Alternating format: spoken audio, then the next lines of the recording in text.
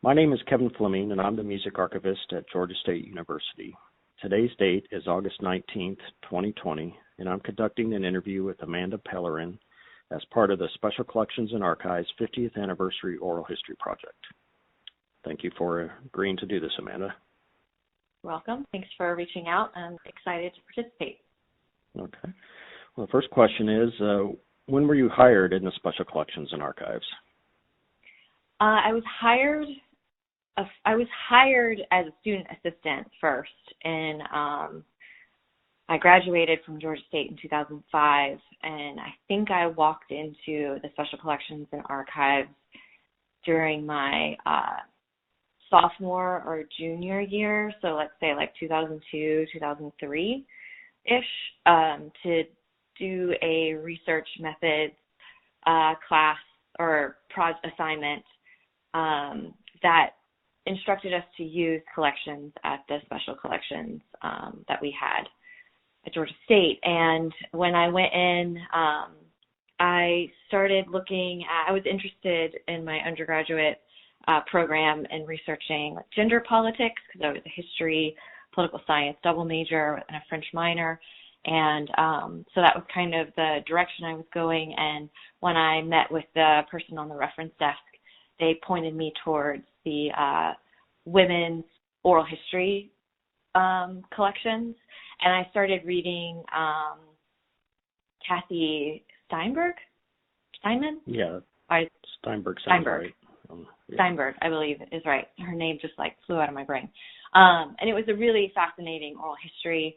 And Morna Gerard happened to be, there at the time as well. And I don't think she was the person on the reference desk though, but she came out. I must have requested, or the person called her up, and I said, how do you get these oral histories?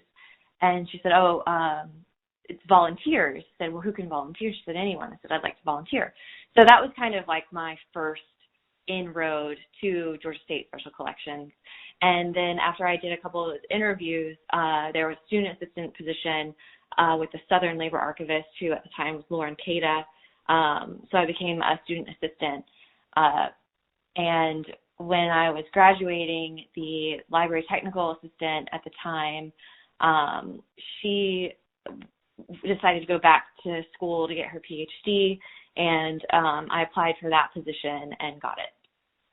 Okay. So that was 2005 when I became like a full-time staff member. Okay. And then as a full-time staff member, what was your responsibilities that you had? I was mainly like support for the curatorial archivists, all the collection archivists. So as there were processing projects that needed to happen, I would get kind of assigned to those, as well as like doing description. At the time we were using Archivist Toolkit, I believe. Or no, we were even in the EAD software.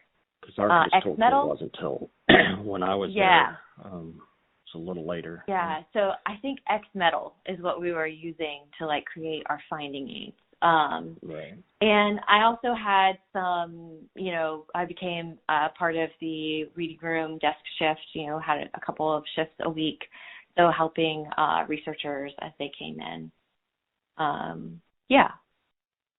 Okay. What attracted you to the position at GSU? Well, I think, when I hate to say it, but because I always loved history from the time I was like in second grade and kind of knew that's what I wanted to study if and when I got to college. And I don't think it really like sunk in about like what an archive. I'm sure I'd heard the word archives, and I had done primary source research in high school. But, like walking into the Special Collections Archives, it was kind of this like light bulb moment of like, oh, this is what I can do full time and really, be immersed in history, but not have to necessarily teach full time or, write or, it just felt very, like, it spoke to me in this, like, very practical, hands-on kind of experience with history. It's very tactile, and I liked that a lot, and I think that was just a very, it's not something I had thought about before as a career path even. So, and then, just the collections that Georgia State has are very, I think, to like a social historian, especially somebody interested in gender politics because of the women's collections, there's just a lot of subject matter interest for me too. Okay. What was the most unique item that you worked with while you were there? I've been thinking on this, and I don't know that I can like pick one. I don't know. Kind of like asking, or was there your favorite kid? Yeah. Right. Well, the next question is, what's your favorite collection? So maybe you can kind of merge those two. Yeah, that too is so hard. I mean, I guess, well, you're the music archivist, and you know that the position was vacant for a while before you came, and while there was no one filling that role, I was delegated the task to kind of keep up with, high profile donors and requests that came in. And, I think even, and as a student too, because I took a number of classes with Glenn Eskew, the Johnny Mercer collection was always very fascinating to me. Just to see the pictures of like old Hollywood, to know his story of coming from Savannah to this kind of like stardom position, and also, kind of like making connections of, how much goes into songwriting that's behind the scenes. Like most people don't know the name of the songwriter, even though you know the song and you might, the singer. So I think, that's one thing that really spoke to me too about becoming an archivist, was I felt like every day I would come to work and I would learn something new, whether or not it was like something I was intentionally trying to find. But, no matter what, if I was processing a collection, if I was doing an oral history interview, if I was writing description, I was always like picking up these like little tidbits and facts that were fun to share with other people or just store away, for my own like satisfaction. So,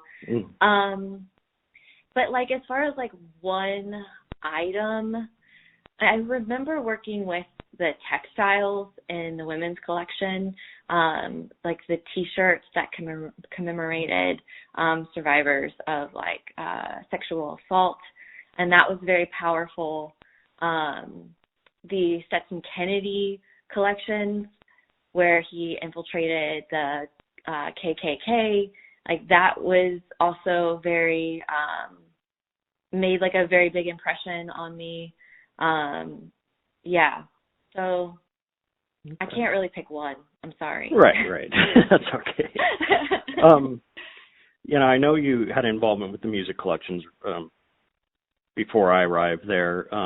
Did you have much involvement like with the Mercer Foundation or the other donor bases like Wayne Daniel? Yes, I communicated with Wayne, Dr. Daniel, a good bit. He was teaching at the time still, I believe. Oh, okay. I don't recall when he actually retired. Or if not, he was still very active in, doing his research and donating. So I did interface with him and the Mercer Foundation a little bit.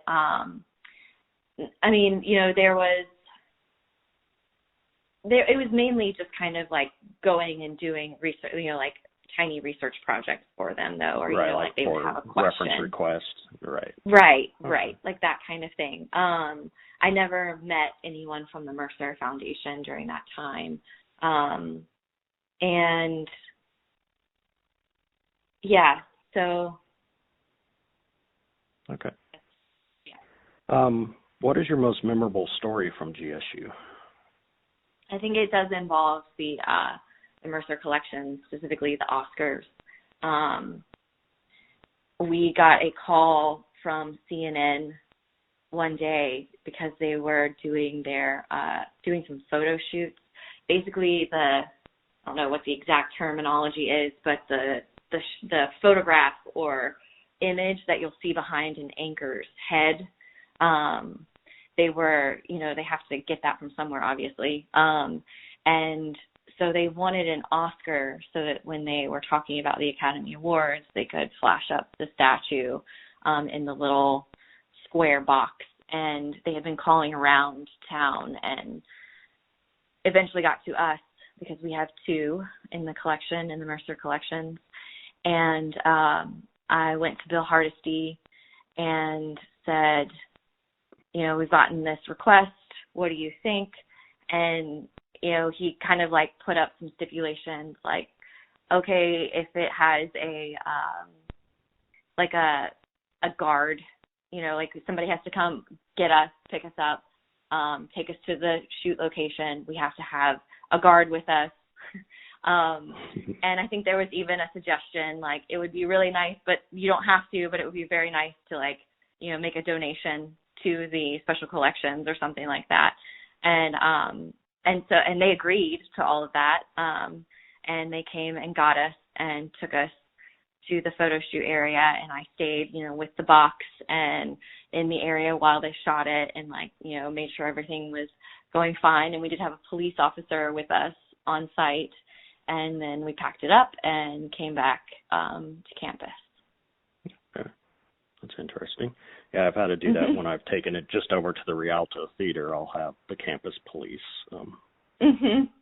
give me an escort over there.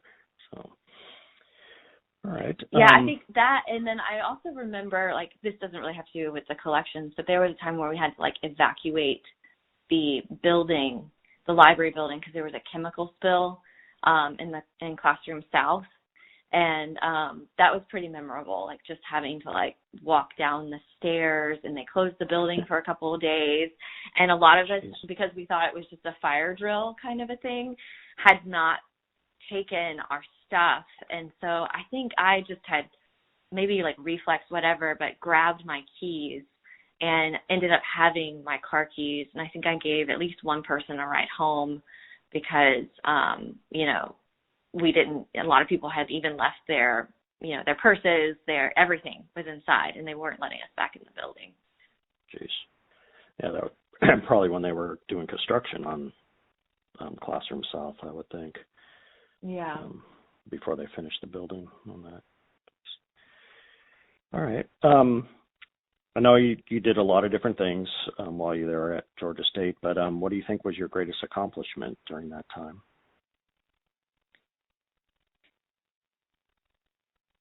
That's a hard one, too. Okay. I think, like, personally, my greatest accomplishment was,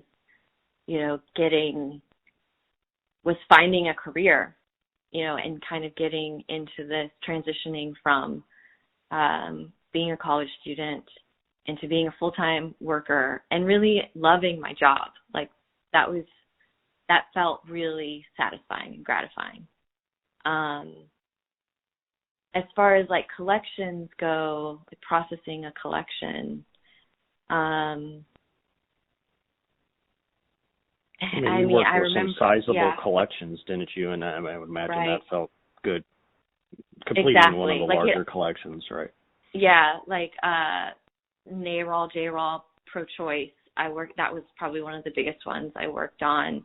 Another thing that was really, I think was a big accomplishment was working with the student assistants. Like, I feel like once I became a full-time staff member, I got to be on the other side of that and kind of mentoring them through what it means to do this like support work in an archives department and helping them see the importance and the value of archival records, was really important to me as well. And then, on the oral history side of things, I think talking with all of the interviewees that I had the privilege to meet with, Eleanor Babcock, Linda Bell, and like hearing their stories that were very inspirational to me, and helping me kind of like get a lot of perspective, you know, about where I was at in the world in the context of like being a woman in higher ed, with like Linda Bell's interview, or being a woman in the South with Eleanor Babcock's interview. Yeah. Okay, that's good. I know it wasn't too long ago, but what was the GSU campus and special collections like when you worked there? Yeah, so since I started as a student in 2002, and then I left special collections in 2010 to go to the Carter Library. I mean, I saw in those 8 years, like a huge transition from, you know, commuter college to a more traditional kind of campus. And I had transferred from UGA. I went to UGA for my first year of college, and then transferred to Georgia State, kind of because the UGA traditional college experience wasn't really speaking to me, you know, and I wanted to be at a college that was very much part of a fabric of like non-college life too, you know, and that felt very right to me being in Atlanta. I liked the downtown environment, but I mean, like over the course of those 8 years, the campus added a lot of buildings, especially towards like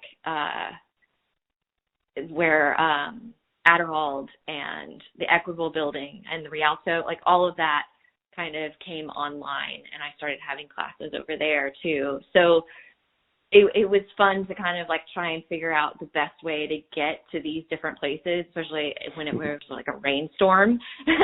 Right. And like all the labyrinth underneath the buildings and stuff.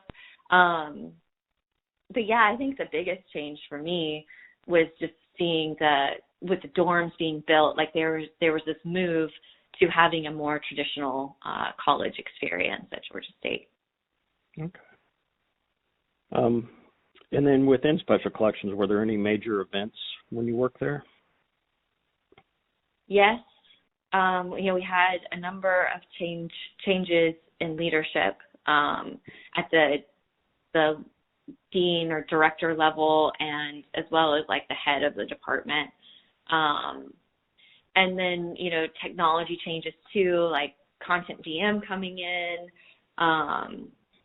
Archivist Toolkit, although I think I may have been transitioning out at the very, like once that came in. So I don't have a lot of recollections about using that system. And then collections. I feel like Morna's collection was growing by leaps and bounds, you know, and the women's collections, and kind of getting divided to not just being women's collections, but then like gender. There were a number of, the library renovations happened while I was there. I feel like that follows me around everywhere I go. Tends to be like a renovation project that it's either it's in the middle of it or it's about to kick up. But maybe that says more about libraries though than me. But yeah, the bridges were built while I was there. So Library South and Library North used to not be connected with those bridges, or there was just the one. And so they added, and that was a big deal to like kind of get all of that approved and then constructed. Yeah. Okay. Well, that kind of leads into the next question of what was the space like? Were you there for one of the moves or space reorganizations within special collections? Mhm. Yeah. Yeah, I was. I mean, we did some moving of the collections, especially around like the 7th floor stacked area that we had. An alumni hall was also kind of like a swing space and large collecting, like stacked area. And I mean, I guess maybe I don't recall like a lot of disruption, honestly. I did get I was in a cubicle in kind of like the main area where the other archivists were, and then I was moved back into the office area where in the stack. But that, none of that felt like completely earth shaking or anything like that. Right, nothing disruptive or anything like that. Mm-hmm. It always felt like Special Collections was a bit in its own bubble within the library even. And so I don't know, like that we always got this, we were always in the sight of the leadership team to have our space, like redone, for better or worse, Right. Yeah, I think that's still a challenge today. Yeah. I think it will be for a while. And it's, I think a lot of special collections and archives have to deal with that. And some of these questions are, I was being a staff member in the archives as opposed to the archivists being like faculty. I felt a little like sheltered from some of these bigger administrative challenges. Mm-hmm. So maybe that's why I don't have such a big impression about how they affected like my day-to-day life. Right, which is fine. And speaking of challenges, what were some of the types of challenges you faced or you thought the Special Collections as a department as whole faced, and then how were they overcome?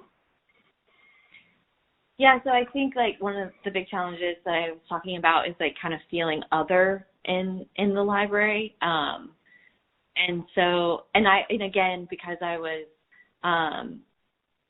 further down in that hierarchy organization, a lot of this was kind of like what I was hearing from the other archivists or from my supervisors.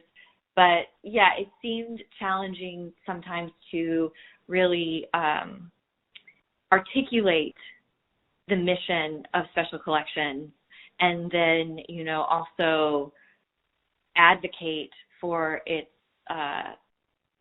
funding or, having to really kind of like explain a lot of times why these things are more expensive, why the materials are so expensive, why we need a separate HVAC system that's also a cost. And so I think that was definitely weighed a lot on, the heads of the department. Yeah, just overall trying to get support to the library administration. Would right. You say? Yeah. Yes. And I think, like for myself, trying to think, I think it was just always challenging to even to wear a lot of hats, even though that was part of what I liked about the job, especially like when we didn't have a music archivist and I was playing that role too.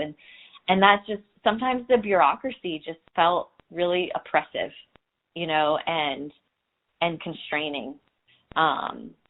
So I think that for me, it was doing what you could in your lane and seizing the opportunities where they came up, knowing that, there would be lessons learned in both directions by taking those opportunities.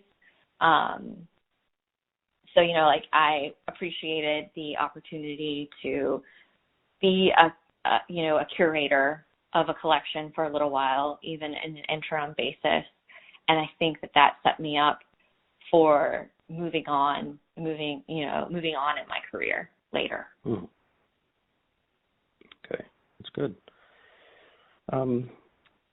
You've alluded to this a little bit throughout the interview, but can you describe the evolution of the department, such as changes in position or growth or structural changes within the department?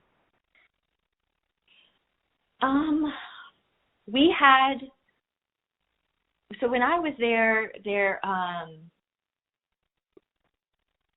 don't know the exact count of archivists. I know there was me, in the library technical assistant, and there was an archival associate, and that's eventually what I moved up to, and before I moved on from Georgia State. My last job title was archival associate.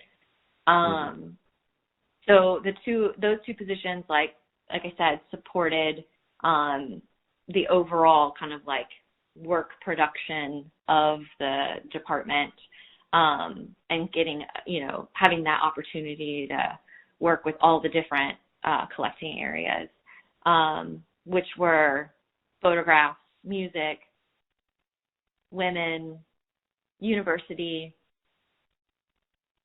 I'm leaving out something. Rare books. Oh. Yeah. And did you mention labor? And labor, of course. Labor. Yeah. And labor, at the time, the Ussery Center was still very active. I remember especially when I was a student assistant, the project I was working on there was like a website, redesigning the website, I think, and getting materials digitized and then described so they could go on the website. And that was kind of like a pet project of the Ussery Center. I don't even know that the Ussery Center, is it called that anymore? I don't or believe if there is so. a partnership. Yeah. I'm not even sure if there's still even a web page for it. I mean, obviously we still have the collection materials, but I know nothing's active with it. Right. And so, there was like a project archivist or two, a couple of graduate students when I was there that were also kind of helping process collections, usually in some type of topic that they were also studying in their program. And it's hard. I mean, I guess I was there. What was the evolution? Were there a couple different department heads while you were there? Yes. Was it under just... Yeah, Pam Hackbart-Dean was there when I started, and she was very, very great about, offering professional development to me and, pushing me towards, exploring more, more archival training. I went to the art library, sponsored my spot in the Georgia Archives Institute in 2006. And I think that's something that seems to be still the case now. And then we were without a department head for a while. Bill Hardesty was interim. And then Stephen Zeiss came in, and that seemed like a time where exhibits maybe got a little more, and outreach was a bit more of a thing. I feel like Morna's Women, the programming that she did came out during that time. And I know I worked on at least one or two different displays with her in the kind of gallery space on the 8th floor of Library South, as well as doing, I tried to do some outreach around campus, because Georgia State doesn't do, at least when I was there, we weren't doing a lot of instruction, or pairing up with instructors. There were a couple of professors that would come in, but now that I've been at Georgia Tech, certainly nothing I feel like we do at Tech. But the outreach activities that I was doing was I went on, I was on a committee for employee appreciation, and we would recognize people who are hitting milestones with the university, 10, 15, 20, 30 years. And I suggested that maybe we look through the archives based on where the person, where the department they worked in, or, their history with the university, and try and find something an image or something that would be meaningful to them, so that in the, token of appreciation during the ceremonies, they would have a more connection to that item than just a keychain or a lanyard or something like that. And I feel like that was helpful and kind of raising awareness around campus. People are always very excited to talk about history of Georgia State University, and to have somebody from the archives gave a lot of authenticity to that discussion. Okay. So would you say that was probably the biggest change in priorities during your time there, was kind of more of a focus on outreach and getting more involved with the campus as a whole? I think so, yeah, like programming efforts to kind of be more proactive about really highlighting the collections. I know the Mercer, part of the renovations included like the redesign of the Mercer exhibit spaces, and that actually moved from Library South to Library North while I was there. So that was a big move. Okay. Yeah. All right. Well, I got one more question for you. So where did you go after your time at Georgia State? So after Georgia State, well, I should say while I was there, I was able to take advantage of the tuition assistance program and get my master's degree in historic preservation. And I also, after I graduated from that program, I enrolled in Valdosta State's library science program. They had gotten accreditation in the time that I started my historic preservation program and finished. So I was waiting for them to get that accreditation to enroll. And I think I was in my first semester at Valdosta. I had applied for a archivist position at the Jimmy Carter Library and got that position. So that's where I went in 2010. And I think, obviously a big part of my being able to get that job and move from like a paraprofessional into a professional role was the support I got at Special Collections, Georgia State Special Collections.